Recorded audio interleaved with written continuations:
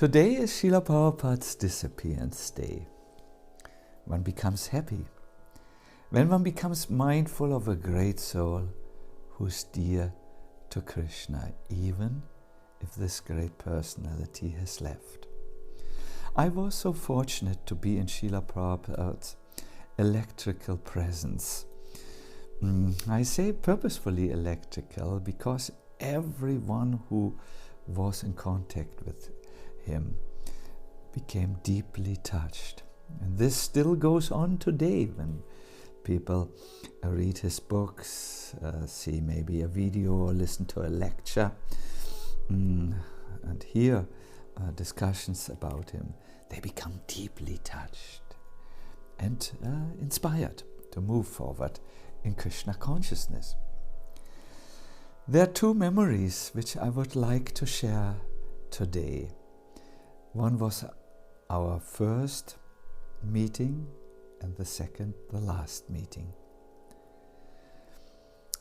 When Prabhupada arrived in the Heathrow airport, we all had waited for his arrival, but it was late and became past midnight.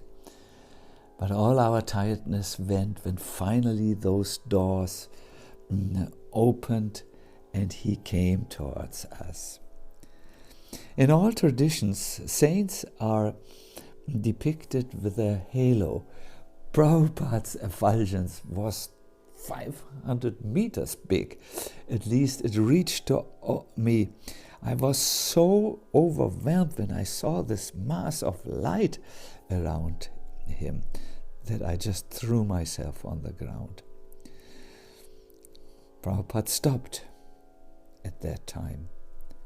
He stopped for me. He looked into my eyes so kindly and so lovingly, as if saying, "Welcome back." The last meeting I would like to share with you took place only months before his departure.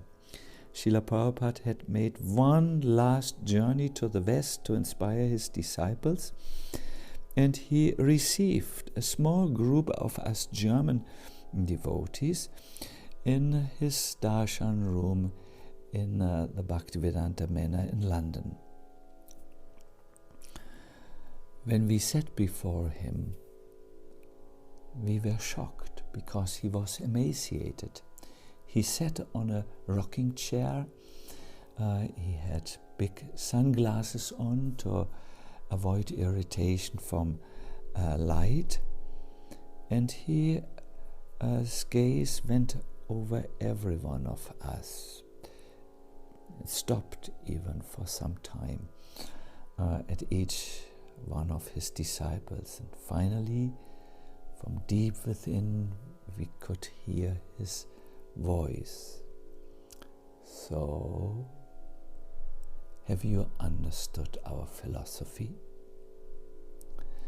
At that time we tried to give many answers, like we always did, but he was not satisfied, and finally he answered his own question by saying, "First of all, you have to understand that life is eternal." One of Srila Prabhupada's first disciples, Guru Das, remembered another question which Prabhupada asked his disciples and then answered himself. The question was, what is the proof that Krishna is God? When he didn't get any satisfying answer from any of those devotees who were there, he answered, when you chant Krishna's name and when you serve him, you feel his presence. This ecstasy is the proof that Krishna is God.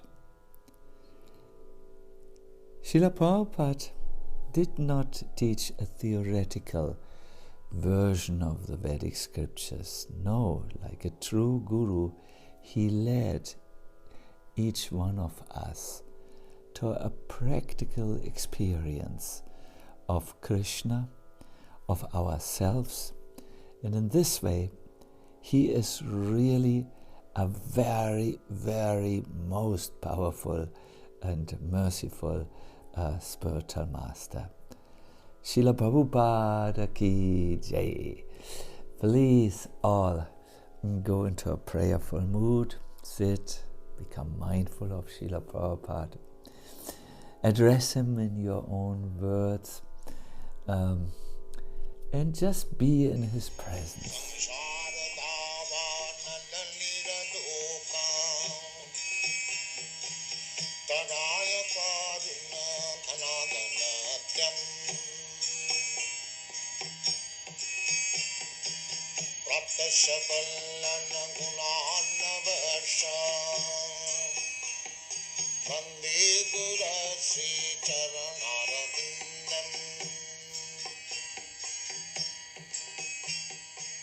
Mahaprabhu